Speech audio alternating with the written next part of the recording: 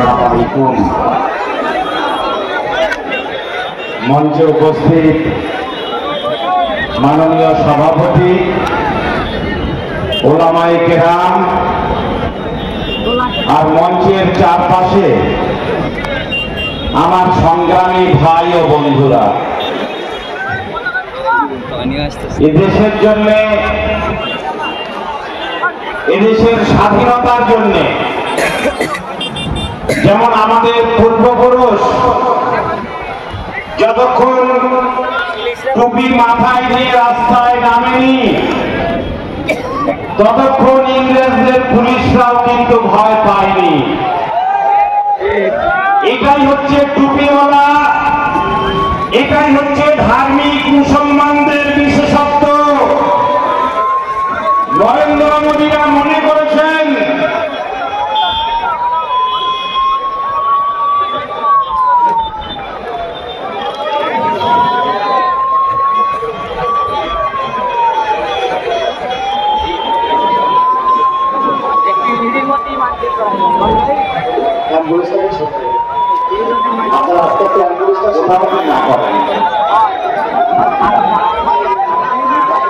অটোগুলো auto টোটো আসবে না,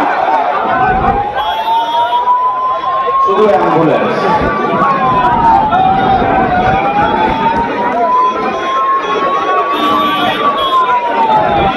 ভাই আমার, অ্যাম্বুলেন্স যাচ্ছে, যাদের কাছে প্রয়োজন তারা সহযোগিতা করুন। পুলিশের বন্ধুদের বলব, এর বাইরেও কিন্তু আলাদা রাস্তা আছে, আপনারা সেই কর্নারগুলোতে দাঁড়িয়ে যান এবং খুব অল্প সময়ের মধ্যে মিটিং শেষ হবে। আমরা সাধারণ মানুষকে কষ্ট দিতে চাই না। 6টা পর্যন্ত মিটিং এর অনুমতি নেওয়া আছে, কিন্তু আমরা চেষ্টা করব, যেহেতু মানুষের সংখ্যা অনেক বেশি হওয়ার কারণে অনিচ্ছাকৃত রাস্তা বন্ধ হয়ে গিয়েছে, তাই যত তাড়াতাড়ি সম্ভব আমরা মিটিং এর কাজ সমাপ্ত ঘোষণা করব। ভাই, আমি যে কথা আপনাদের বলতে চাইছিলাম, আপনারা জানেন যে দিল্লিতে আজকে যে সরকার বসেছে তারা দেশের সংবিধানের উপরে হাত রেখে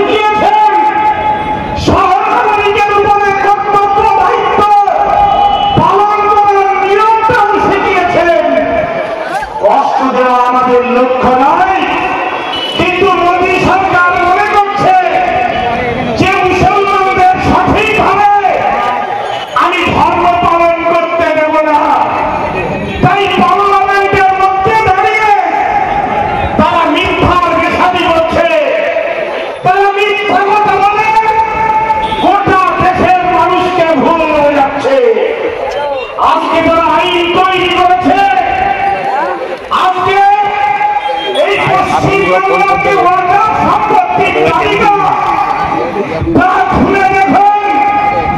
কলকাতার রাজভবন ওয়াকাফ সম্পত্তি, ইডেন গার্ডেন ওয়াকাফ সম্পত্তি, হাইকোর্টের জায়গা ওয়াকাফ সম্পত্তি, এমনকি ব্রিগেড ময়দান সেটা ওয়াকাফ সম্পত্তি। আজকে বলা হচ্ছে আইন তৈরি করে কোন সম্পত্তি ওয়াকাফ সম্পত্তি যদি কেউ 8 বছরের বেশি ব্যবহার করে তাহলে সেই সম্পত্তি আর ওয়াকাফ থাকবে না, সেই সম্পত্তির মালিক তাদেরকে বানিয়ে দেওয়া হবে। আজকে আমরা জিজ্ঞাসা করতে চাই, নরেন্দ্র মোদী বলছেন এক দেশ এক আইন। মোদী আপনি ভালো কথা বলেছেন, এক দেশ এক আইন। তাহলে আজকে মন্দিরের জন্য লক্ষ লক্ষ একর জমি আছে, সেই লক্ষ লক্ষ একর জমি যদি তারা স্বাধীনভাবে ব্যবহার করতে পারে, তাহলে মসজিদের জন্য যে জমি আছে, মাদ্রাসার জন্য যে জমি আছে, কবরস্থানের জন্য যে জমি আছে, ঈদগাহ দেখতে যে জমি আছে, খানকার জন্য যে জমি আছে, সেই জমি কেন মুসলমানরা একই নিয়মে ব্যবহার করতে পারবে না? আমরা জিজ্ঞাসা করতে চাই নরেন্দ্র মোদী সরকারকে, আজকে যদি কালীঘাট মন্দিরের জন্য যদি কাগজ দেখাতে না হয়, তাহলে টিপু সুলতান মসজিদের জন্য কেন সরকারকে দলিল দেখাতে হবে? এটা কি এক দেশ এক আইন? মিথ্যার বেসাদি করছেন, তারা বেইমানি করছেন, ভারতবর্ষের সংবিধানকে বিকৃত করছেন। তারা আবার মুসলমানদের দেশদ্রোহী বলে, কিন্তু যারা সংবিধানকে বিকৃত করে, পার্লামেন্টে দাঁড়িয়ে আইন সভায় দাঁড়িয়ে যে মিথ্যা কথা বলে, তারাই দেশদ্রোহী। তাদের ফাঁসি দেওয়া দরকার। বিজেপির অর্ধশিক্ষিত, অশিক্ষিত, মূর্খ আদিত্যনাথ যোগী, নরেন্দ্র দামোদর মোদী, অমিত শাহ, এরা সংবিধানকে বিকৃত করে পার্লামেন্টে আইন সভায় বক্তব্য রাখার জন্য দেশদ্রোহিতার মামলা আগে এদের বিরুদ্ধে হওয়া দরকার। দেশের মানুষ শুধু নয়, গোটা পৃথিবীর মানুষ দেখছে। সোশ্যাল মিডিয়ায় আপনারা দেখতে পাচ্ছেন, গদি মিডিয়া বলবে না, এই সোশ্যাল মিডিয়ার ভাইদের কাছ থেকে আপনাকে সত্য কথা জানতে হবে। কেন? গদি মিডিয়া হাতে সমান পানিতে নেমে বলে এখান মানুষ সব ডুবে যাচ্ছে, সরকারকে এখনই ত্রাণ পাঠাতে হবে, কারণ ওরাও কিছুটা ভাগ পাবে। এটি হচ্ছে গদি মিডিয়ার চরিত্র। তারা খেতে না পাওয়া ক্ষুধার্ত কুকুরের ন্যায় জড়িয়ার গরিবের মধ্যে ঘেউ ঘেউ করছে স্টুডিওতে বসে।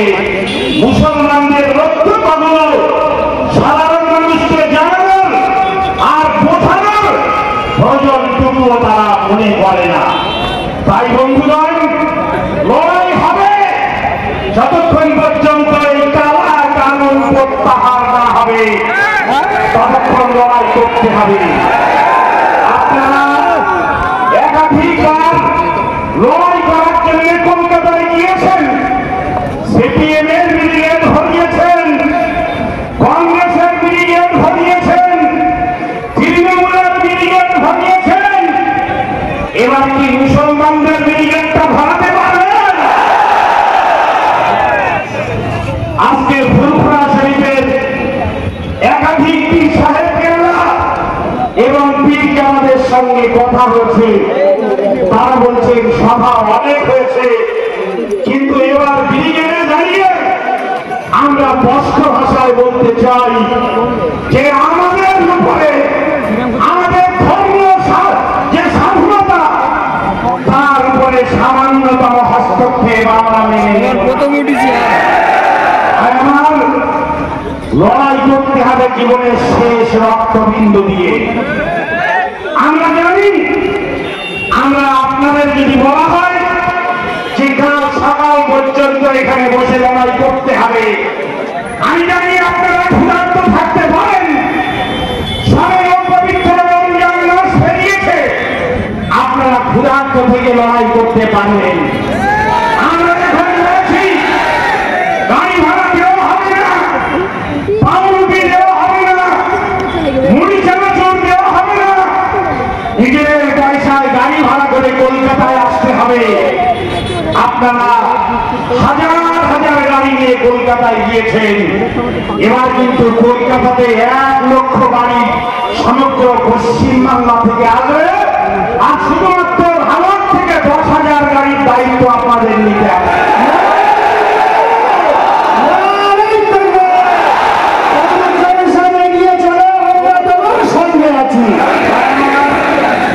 সংগ্রামী বন্ধুরা, আমরা জানি আমাদের লড়াই করে বাঁচতে হবে।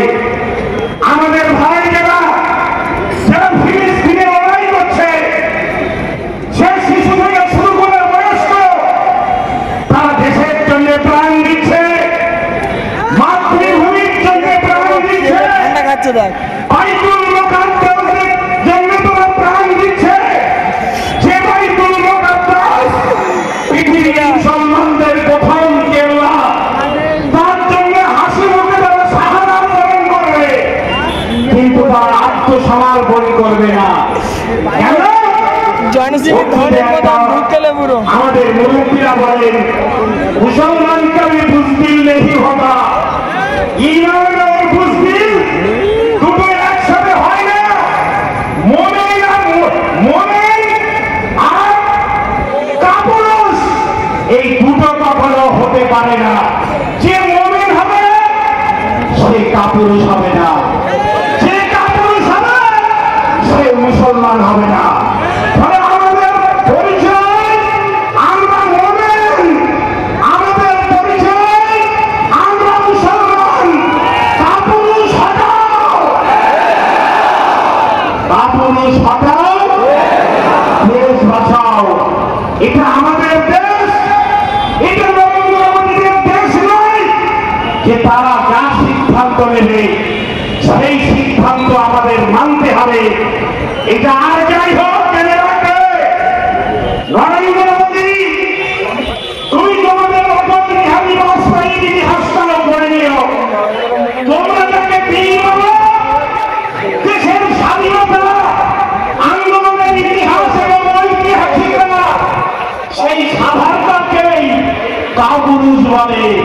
তোমরা বলো বীর সাভারকার, ভারতবর্ষের স্বাধীনতা সংগ্রামের ইতিহাস বলে কাপুরুষ সাভারকর। ওটা আরএসএস এর নেতা কাপুরুষ সাভারকর। ওই ইংরেজদের কাছে মুসলিখা লিখে দিয়ে ইংরেজদের গোয়েন্দাগিরি করে আর যাই হোক বীর হওয়া যায় না, চারিত্রিক করে আর যাই হোক ঐতিহাসিক হওয়া যায় না, ডক্টর মনমোহন হওয়া যায় না, ইন্দিরা গান্ধী হওয়া যায় না, রাজীব গান্ধী হওয়া যায় না, পণ্ডিত জওহরলাল নেহরু হওয়া যায় না। একটা সাম্প্রদায়িক দুরন্ত হওয়া যায় নরেন্দ্র মোদী। ফলে আমরা মনে রাখবেন, আমরা এই দেশ আমাদের, এখান থেকে ইংরেজদের বিতাড়িত করেছিল বিজেপির নেতারা নয়, ইংরেজদের বিতাড়িত করেছিল কংগ্রেসের নেতারা, ইংরেজদের বিতাড়িত করেছিল মুসলিম লীগের নেতারা।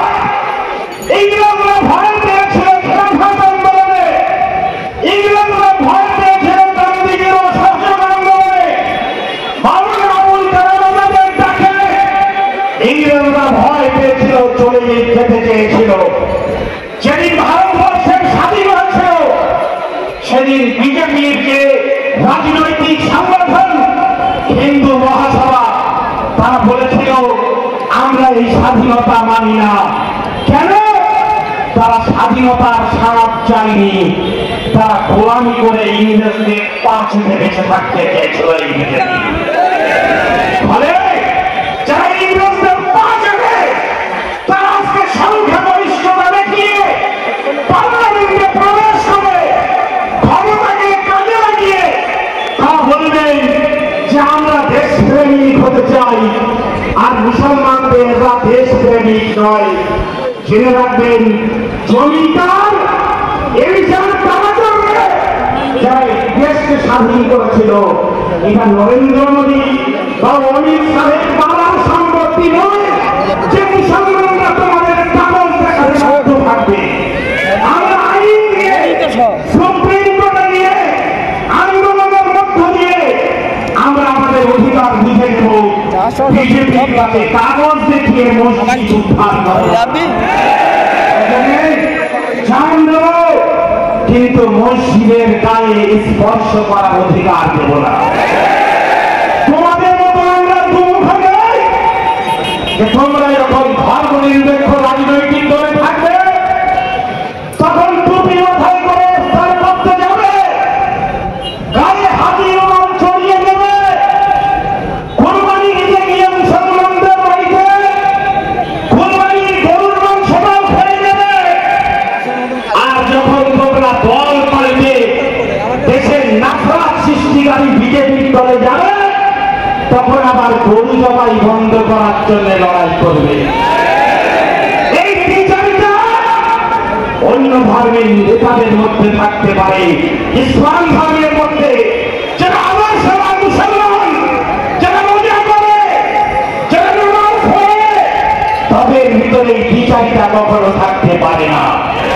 এই বিচারটা মুসলমানরা হয় না। অনেকেই আছেন যারাই পশ্চিমবাংলায় বাস করেন, ভারতের নাগরিক, আবার বাংলাদেশের নাগরিক। বাংলাদেশে যখন ভোট হয় ওখানে গিয়ে ভোট দেয়, আবার ওখান থেকে টাকা নিয়ে এসে ভারতের নাগরিকত্ব নিয়ে ভারতের ব্যাংকে তারা টাকা জমিয়ে রাখে। বিজেপির প্রার্থী হয়ে ভোটে দাঁড়ায়, এই বিচারিতা করে। আর বিজেপি কাছে নাকি ওয়াশিং মেশিন আছে, যে ওয়াশিং মেশিনের মাধ্যমে দুর্নীতি, ভ্রষ্টাচার, অপব্যবহার, চুরি, ডাকাতি, রান্না থেকে নেওয়া টাকা সব নাকি ফ্রেশ করে ফেলা যায়। এটি হচ্ছে বিজেপি ওয়াশিং মেশিন। ফলে আপনারা জেনে রাখবেন, আমরা ওই বিচারী রাজনীতি মুসলমানরা করে না। মুসলমানদের দেশ ভাগ করতে চাইনি, মুসলমানরা এই বাংলা ভাগ করতে চাইনি। তোমরা স্বাধীনতার 80 বছর পরে এই ভারতবর্ষে বিকৃত রাজনৈতিক পরিস্থিতি তৈরি করতে বলে তোমরা দেশকে ভাগ করতে চেয়েছিল। কেন? আমাদের প্রিয় রাসূল আমাদেরকে শিখিয়েছেন হুব্বুল ওয়াতান মিনাল ঈমান। ঈমানের অংশ হচ্ছে মাতৃভূমিকে ভালোবাসা, স্বদেশকে ভালোবাসা। তাই আমরা স্বদেশকে ভালোবাসি। তাতে পার্লামেন্টে নরেন্দ্র মোদী কি বলেন, পার্লামেন্টে অমিত শাহ কি বলেন, সেটা আমরা দেখতে চাই না, বুঝতে চাই না। আমাদের প্রিয় রাসূল বলেছেন যে মাতৃভূমিকে ভালোবাসতে হবে, স্বদেশকে ভালোবাসতে হবে। তাই ফিলিস্তিনের মানুষরা জীবনের শেষ রক্তবিন্দু দিয়ে তারা দেশের প্রতি ভালোবাসা দেখাচ্ছেন। ভারতবর্ষের মুসলমানরা দেশের জন্য আর ঈমানের আদর্শের জন্য তারা জীবনের শেষ রক্তবিন্দু দেবেন। আমাদের মধ্যে আইনজীবী শামীম সাহেব আসছেন, তাকে মঞ্চে আসার জন্য একটু ব্যবস্থা করে দিন। তিনি এই ভিড়কে বরদাস্ত করে নিয়ে আসবেন, কেননা অনেক ভিড় আমাদেরকে এখন সামলাতে হবে। আজকে একইভাবে একাধিক জায়গায় মূল মিটিং চলছে, ফলে এই ভিড় বিভিন্ন জায়গায় হবে। আমরা চাই না যে রাস্তা অবরোধ হোক, কিন্তু মানুষ রাস্তায় নামলে এগুলো স্বাভাবিকভাবে হয়ে যায়। আমরা অনেক ভিড়ের সময় দেড় দু ঘন্টা সারাদিন আমাদের অপেক্ষা করতে হয়। যেমন রামনবমীর দিনে আমি সব ভাইকে বলেছিলাম যে এভাবে একটা রাজনৈতিক দলের গোলাঙ্গাররা হুমকি দিচ্ছে, আপনারা অনুগ্রহ করে বিশেষ কাজ না করে ওই দিনটাতে রাস্তায় নামবেন না, বাইরে বার হবেন না। কেন? আমরা অন্যদের পাতা ভাবে মুসলমানরা পা দেবে না। অন্যরাকে ভাত খাবে সাম্প্রদায়িক বিভাজন তৈরি করার জন্য, সাম্প্রদায়িক দাঙ্গা বাঁধানোর জন্য আমি অনুরোধ করবো মুসলমানরা সেই পাতা ভাবে পা দেবে না। আমাদের অল ইন্ডিয়া মুসলিম পার্সোনাল ল বোর্ডের সর্বভারতীয় সাধারণ সম্পাদক মাওলানা ফজলুর রহিম মুজাদ্দেদি সাহেব, তিনি সমগ্র ভারতবর্ষের বিশেষ করে মুসলিম নওজোয়ান যুব সমাজের কাছে তিনি একটা মেসেজ দিয়ে বলছেন যে আপনারা অনুগ্রহ করে কোনোভাবেই কেন আপনারা আইন হাতে তুলে নেবেন না এবং শান্তি সৌহার্দ্য যাতে বজায় থাকে সেজন্য আপনাদের চেষ্টা করতে হবে। আপনারা জানেন যে আজকে কারা কানুন তৈরি হয়েছে, এর বিরুদ্ধে অল ইন্ডিয়া মুসলিম পার্সোনাল ল বোর্ড আন্দোলন করছে। এই আন্দোলন চলবে আগামীকাল। আমরা কলকাতায় যারা ইন্টেলেকচুয়াল, আমরা জানি অনেক হিন্দু ভাই ওই জায়গায় পড়ে আছেন, তাদের কষ্ট দেওয়া আমাদের লক্ষ্য নয়। আমরা জানি যে হিন্দু ভাইরা আমাদের শত্রু নয়, হিন্দু ভাইরা মুসলমানদের শত্রু নয়। মুসলমানদের ঘোষিত শত্রু হচ্ছে বিজেপি, মুসলমানদের ঘোষিত শত্রু আরএসএস। হিন্দু ভাইরা আমাদের বন্ধু, তারা সহ আমাদের সহনাগরিক। তারা সমস্যায় পড়লে আমরা যাব, আমরা সমস্যায় পড়লে তাদের আসতে হবে। তারা ক্ষুধার্ত হলে আমরা খাদ্য দেব, তাদের রক্তের প্রয়োজন হবে, অসুস্থ হলে মুসলমানরা হিন্দু ভাইদের জন্য রক্ত দেবে। হিন্দু মুসলমান ভাই অসুস্থ হলে হিন্দু ভাইদের রক্ত দেবে। আমরা যখন রক্ত দিতে যাই জিজ্ঞাসা করি না ব্লাড ব্যাংক কর্তৃপক্ষের কাছে সেই রক্তটা হিন্দুর রক্ত না মুসলমান রক্ত। কেন?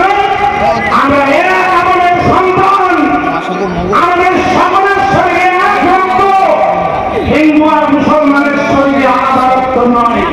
ফলে বিজেপি আমাদের ভাগ করতে পারে, আরএসএস আমাদের সম্পর্কের মধ্যে দেওয়াল তুলতে পারে, কিন্তু আমরা হিন্দু আর মুসলমান এক আদমের সন্তান। আমরা বিগত দিনে আমাদের মধ্যে সৌভ্রাতৃত্ব ছিল। আমরা চেষ্টা করব বিজেপি আর আরএসএস আমাদের ভুল বুঝিয়ে যাতে আমাদের মধ্যে বিভেদ তৈরি করতে না পারে। এটা আপনাদের সকলের কাছে আমাদের করজোড়ে নিবেদন। অল ইন্ডিয়া মুসলিম পার্সোনাল ল বোর্ড গত 4 তারিখে আমি যেহেতু বোর্ডের মেম্বার, আমাদেরকে চিঠি দিয়ে বিজ্ঞপ্তি দিয়ে সমগ্র ভারতের সাধারণ মানুষের কাছে এই আবেদন রাখার জন্য তারা বলেছেন। আমি অনুরোধ করব বিশেষ করে বিজেপি এবং আরএসএস মুসলিম এলাকাগুলোকে তারা টার্গেট করছে, মুর্শিদাবাদ টার্গেট করেছে। কেন? সেখানে প্রায় 70% মুসলমান। মাওলাদের তারা টার্গেট করেছে। কেন? সেখানে 55% মুসলমান। উত্তর দিনাজপুর জেলা বিজেপি আরএসএস টার্গেট করেছে। কেন? উত্তর দিনাজপুর জেলাও 55% মুসলমান বাস করে। কেন? ওখানে তারা সাম্প্রদায়িক হাঙ্গামা তৈরি করতে চাইছে।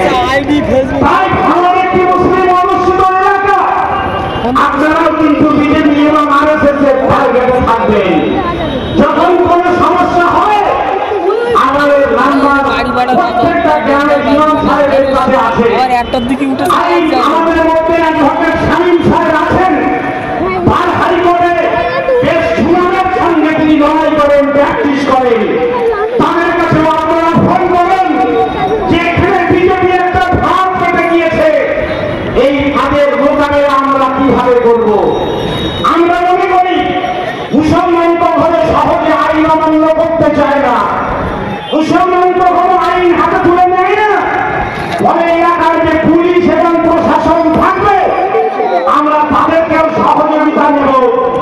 অনেক সময় আমরা দেখেছি পুলিশরা শক্ত ভক্ত, তারা শক্ত হলে আপনি শক্ত হলে তারা আপনার গোলামি করবে, আর আপনি যদি নরম হন পুলিশ আপনার বিরুদ্ধে ফসফস করে দেখার চেষ্টা করবে। কিন্তু আমরা জানি যারা পুলিশি পোশাক পরে, যারা খাকি পোশাক পরে, কিন্তু কলকাতা পুলিশের যারা সাদা পোশাক পরে তাদের প্রতি আমাদের ভরসা রাখতে হবে। তারা যদি ন্যায় বিচারক হয়, তারা যদি সুপরামর্শ দেয়, তারা যদি প্রকৃত অপরাধীকে খুঁজে বার করে, তাহলে আমরা তাদের সহযোগিতা নিয়ে আমরা আইনি ব্যবস্থা নেব অপরাধীদের বিরুদ্ধে। অনেকেই টুপি পরে মুসলমান নয় মসজিদে ঢুকে যাচ্ছে, পাঞ্জাবি পরে মুসলিম গ্রামে ঢুকে যাচ্ছে, মুসলিম এলাকায় প্রবেশ করছে। তারা কিন্তু দাঙ্গা বাঁধানোর জন্য হাত পেতে নিয়ে তৈরি করে আরএসএস এবং বিজেপির দূত হিসাবে তারা কাজ করার চেষ্টা করছে। কিন্তু জেনে রাখবেন, আমাদেরকে আইনকে কাজে লাগিয়ে ওদের বিরুদ্ধে যত রকম কঠিন আইনি ব্যবস্থা নেওয়া যায় তার ব্যবস্থা করতে হবে। যদি এক্ষেত্রে পুলিশ নিরপেক্ষ ব্যবস্থা না গ্রহণ করে, তাহলে পুলিশের বিরুদ্ধেও আমাদের তখন শান্তিপূর্ণ আন্দোলন করতে হবে। জেনে রাখবেন, পুলিশ মানেই কিন্তু তিনি আইনের ঊর্ধ্বে নয়, পুলিশ মানে তিনি আইনের ঊর্ধ্বে নয়। আর পুলিশের বন্দুকও কিন্তু শেষ কথা বলি না। বাংলাদেশে পুলিশ আর মিলিটারি রাইফেল কিন্তু শেখ হাসিনাকে বাঁচাতে পারেনি। সেটা আমাদের বিষয় নয়। কিন্তু আপনারা জানেন, আমি সাধারণ মানুষ হিসাবে এই দেশের আইন যেমন মানতে বাধ্য, একজন খাকি পোশাকধারী কিংবা সাদা পোশাকধারী পুলিশ তিনিও কিন্তু দেশের আইন একইভাবে মানতে বাধ্য। ফলে আমরা পুলিশ প্রশাসনের সহযোগিতা দেব, তার মানে এই নয় পুলিশ প্রশাসনের সহযোগিতার ভিক্ষা চাইতে যাব না। আমরা অধিকার চাইতে যাব। পুলিশ অধিকার না দিলে, পুলিশ অপরাধীদের বিরুদ্ধে শাস্তিমূলক ব্যবস্থা না দিলে, তারপরে কিন্তু সাধারণ মানুষের ব্যবস্থা নেওয়ার দায়িত্ব থাকবে। আর শামীম সাহেবের মানুষ তখন কিন্তু কলকাতা হাইকোর্টে গিয়ে আপনাদের হয়ে তিনিও সওয়াল করবেন। আমাদেরও কিছুটা দিল্লি পর্যন্ত পৌঁছে দেওয়ার দায়িত্ব, সে দায়িত্ব ইনশাআল্লাহ আমরা পালন করব। আমি বক্তব্য দীর্ঘ করতে চাই না। লড়াই কি আজকের শেষ হয়ে যাবে এই সমাবেশের? যতক্ষণ পর্যন্ত লড়াই হবে ততক্ষণ পর্যন্ত থাকতে হবে। আগামী পরশুদিন অল ইন্ডিয়া মুসলিম পার্সোনাল ল বোর্ডের পক্ষ থেকে প্রতিনিধি আসছেন কলকাতায়, তিনি আমাদের সঙ্গে বসবেন। আমরা ব্রিগেড সমাবেশের তারিখ ইনশাআল্লাহ আগামী পরশুদিন অল ইন্ডিয়া মুসলিম পার্সোনাল ল বোর্ডের অনুমতি নিয়ে তাদের সর্বভারতীয় সভাপতি এবং সেক্রেটারি আর অন্যান্য দায়িত্বশীলদের সময় নিয়ে, ফুলপুরা শরীফের পীর সাহেবদের সময় নিয়ে, জমিয়তে উলামায়ে হিন্দ, জামাতে ইসলামী হিন্দ, জমিয়তে আহলে হাদিস এবং অন্যান্য যে সমস্ত সংগঠন আমরা করি, সমস্ত সংগঠনের সঙ্গে আলোচনা করে 2 থেকে 3 দিনের মধ্যে ব্রিগেড সমাবেশ ইনশাআল্লাহ হবে। আমি আপনাদের বলবো, আপনারা এলাকায় এলাকায় সভা সমাবেশ করুন, কিন্তু অল ইন্ডিয়া মুসলিম পার্সোনাল ল বোর্ড এই বিষয়টায় শুরু থেকে তারা লড়াই চালিয়ে যাচ্ছেন। আর আপনারা জানেন, আমার এক ভাই বলছিলেন ইউনিফর্ম সিভিল কোড, ভারতবর্ষের আইনে ইউনিফর্ম সিভিল কোড কার্যকরী করার কোনো জায়গা নেই। ল কমিশনকে বলা হয়েছিল সারা দেশের মানুষের মতামত দিন, যে হিন্দু মুসলমান সব একই নিয়মে তারা ধর্ম পালন করবে কিনা, তারা বিবাহ করবে কিনা, তাদের সম্পত্তি বন্টন হবে কিনা। ল কমিশন অফ ইন্ডিয়া সারা ভারতবর্ষ জুড়ে তারা সমীক্ষা করেছেন, দেখেছেন পশ্চিমবাংলার হিন্দু ভাইরা যে নিয়মে ধর্ম পালন করেন, উড়িষ্যার হিন্দু ভাইরা অন্য নিয়মে ধর্ম পালন করেন, মিজোরামের হিন্দু ভাইদের নিয়ম মুসলমানদের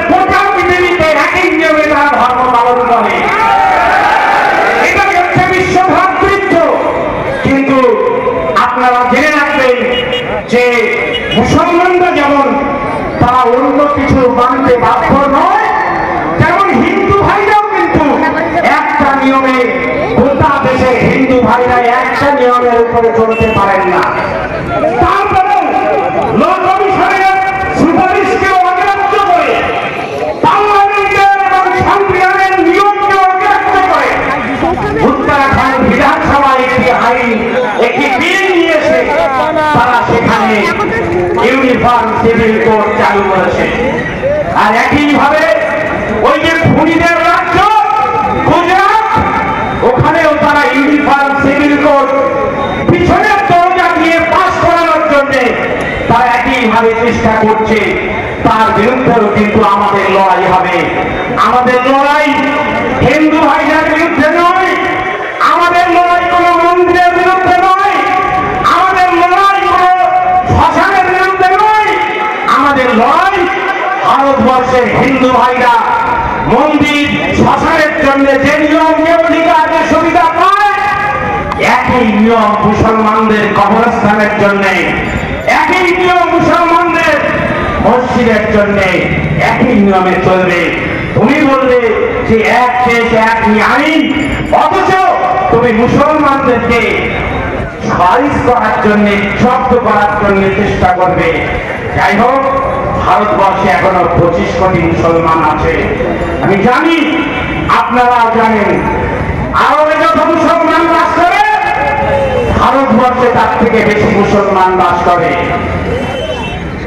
একমাত্র মিশরে যত মুসলমান বাস করে ভারতবর্ষে তার থেকে বেশি মুসলমান বাস করে। পৃথিবীর যত মুসলমান রাষ্ট্র আছে, সমস্ত রাষ্ট্রে যত মুসলমান বাস করে তার থেকে কিন্তু ভারতবর্ষে বেশি মুসলমান বাস করে। ব্যতিক্রম একমাত্র ইন্দোনেশিয়া। পৃথিবীর মধ্যে সব থেকে বেশি মুসলমান বাস করে ইন্দোনেশিয়ায়। তারপরে দ্বিতীয় স্থান হচ্ছে ভারতবর্ষ। সেই ভারতবর্ষে মুসলমানরা সংখ্যা লঘু, তার মানে এই নয় যে সংখ্যাটা কম। এইভাবে বলে যেন নরেন্দ্র মোদী, অমিত শাহ আপনারা সংখ্যাটা কম ভাববেন না। যেদিন রাস্তায় নামবে আমরা গাড়ি ভাঙচুর করবো না, কিন্তু রাস্তায় নামলে স্বাভাবিকভাবে রাস্তা বন্ধ হয়ে যাবে। আজকে কটা মানুষ ঘটকপুকুরে নেমেছে, বাসন্তী হাইওয়ে আমরা বন্ধ না করতে চাইলেও কিন্তু বন্ধ হয়ে গেছে। লড়াই কিন্তু যদি করতে চান তাহলে লড়াই করতে আসবেন, লড়াইয়ের মতো লড়াই হবে। আপনি যেহেতু ভাবছেন যে পার্লামেন্টে বসে আইন করে মুসলমানদের উপরে চাপিয়ে দেব আর মুসলমানরা মাথা নত করে মেনে নেবে, এই জাতি কিন্তু মাথা নত করে মেনে নেওয়া জাতি নয়। আমার আগে আমার ভাই মুস্তাফিজুর রহমান বলছিলেন, এই জাতি কিন্তু খালি হাতে নেকড়ে বাঘও ধরতে পারে। আপনার তো শুনেছি 56 ইঞ্চি ছাতি, কিন্তু যখন চীনের বর্ডারের আশেপাশে যান তখন সোয়েটার গায়ে দিয়েও আপনার ছাতি 26 ইঞ্চি থাকে না, চুপসে যায়। ফলে আপনি মুসলমানদের বিরুদ্ধে লড়াই করতে আসবেন না। এসে কিন্তু মন্দির মসজিদের সমস্যা হোক, এটা আমরা চাই না। আমরা চাই আমাদের দেশে হিন্দু মুসলমান সবাই, যুবকরা চাকরি পাক, সবার বিকাশ হোক, উন্নয়ন হোক, দেশের সমৃদ্ধি হোক, দেশের সাম্প্রদায়িক সম্প্রীতি আজকে বাড়ুক, সুদৃঢ় হোক। আর আপনি যদি মনে করেন ওই কিছু কিছু আছে, কিছু কিছু এলাকায় বেচারা অনেক পয়সার মালিক, অনেক পয়সার মালিক, কিন্তু একটা ব্যবসায়ী জানে অন্য ব্যবসা যদি তাকে করতে দেন তাহলে সে খালি হাতে ফিরে যায়, তার একটা পয়সা লাভ হয় না। তাহলে তুমি কিসের ব্যবসা জানো? বলে শুধু চুল্লুর ব্যবসাটা জানি, আর অন্য কিছু ব্যবসা জানি না। তা 2 লক্ষ বেকারের চাকরি, এটা নরেন্দ্র মোদী জানে না। দেশের উন্নয়নের বিকাশ, এটা নরেন্দ্র মোদী জানে না। দেশের মানুষের 15 লক্ষ করে টাকা প্রতিশ্রুতি, এটা নরেন্দ্র মোদী জানে না। কালো টাকা বিদেশ থেকে ফিরিয়ে আনলো, এর কৌশল নরেন্দ্র মোদী জানে না। একটাই জানে, মুসলমানদের মধ্যে ভাগাভাগি করে দিল্লি মসনদে বসে থাকতে। কিন্তু যেদিন হিন্দু ভাইদের পেটে টান করবে সেদিন হিন্দু ভাইরাই কিন্তু নরেন্দ্র মোদীকে দিল্লির মসনদ থেকে টেনে দিল্লির রাস্তায় নেমে এসে হাফ প্যান্ট পরিয়ে ওকে কিন্তু গুজরাটে পাঠিয়ে দেবে। সেদিন আমরা হাততালি দেব, আমরা কিন্তু সেদিন স্টেডিয়ামে বসে খেলাটা দেখবো। জেনে রাখবেন ঠিক দিন দূরে নয় সেদিন শ্রীলঙ্কার প্রেসিডেন্ট এবং প্রধানমন্ত্রীকে দেশ ছেড়ে পালাতে বাধ্য হয়েছিল। সেই দেশ কিন্তু সেই দিন নরেন্দ্র মোদীদের বেশি দেরি নয়। সবর আর ধৈর্যের মধ্য দিয়ে, শান্তিপূর্ণ আন্দোলনের মধ্য দিয়ে, অসহযোগ আন্দোলনের মধ্য দিয়ে প্রয়োজনে এই আন্দোলন ইনশাআল্লাহ জয় হবে। এটা আমাদের ইমানের পরীক্ষা। ইনশাআল্লাহ ইমানের পরীক্ষায় আমরা জয়ী ইনশাআল্লাহ। আসসালামু আলাইকুম। ধন্যবাদ।